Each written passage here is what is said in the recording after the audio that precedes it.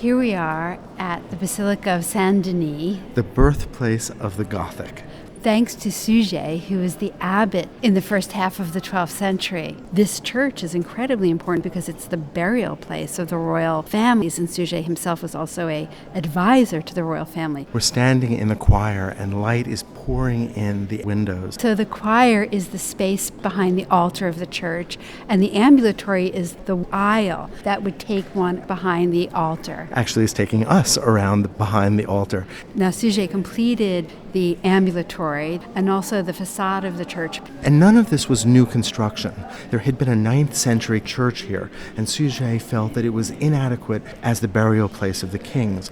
At this historical moment, the kings of France only really controlled the Ile-de-France, that is the area immediately around Paris. But this was a time when the king's power was expanding, and Suger really wanted to create an architectural style that would express the growing power of the monarch. Now, in the history of Western church architecture, the way that this would generally work is you would have an ambulatory that would move around the back of the altar, and that would allow pilgrims to stop at each of these small radiating chapels, that is, these small rooms that would contain relics. In the past, during the Romanesque period, these chapels would be literally separate rooms with walls around them.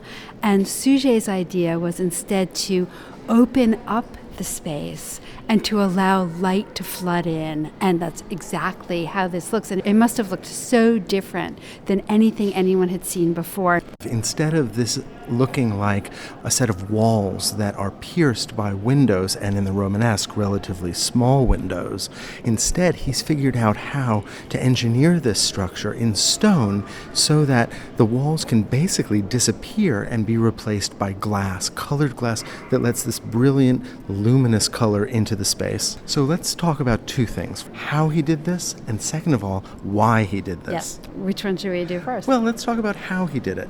If you look above us, there's this complex web of interlocking, pointed vaulting. Pointed arches are really key here because, for one thing, you can cover spaces of different shapes and sizes. Perhaps most importantly, a pointed arch doesn't push so much out as it does down. And because of that, the architect didn't need to build thick walls.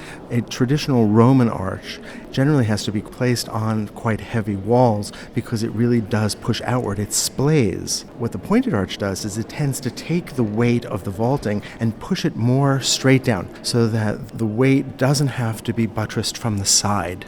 Looking up at those ribs, we have a sense of a pull toward the vertical, and all of these ribs and this vaulting rests on these thin columns. So there's a real sense of elegance and openness to this space. And it's so radically different from the Romanesque that came before, which felt so solid and where your eye was always drawn around that rounded arch back down, and you felt the sense of gravity, you felt a sort of rootedness with the Romanesque, and it's so different here.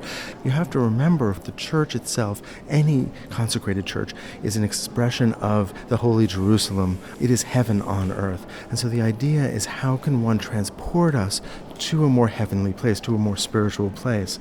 Abbot Suger believed that light could do this. Suger thought he was reading the writing of Saint-Denis, of the patron saint of this church. Instead, he was reading a philosopher from the 6th century. But the important part is he took this notion of the divinity of light from that writing and made that practical and applicable within an architectural setting. Right, that writing that he thought was by Saint-Denis talked about how light was connected to the divine. So what Suger wanted was to open up those walls and allow in the light that would allow a type of thinking on the part of the visitors where they would move from the contemplation of the light to God.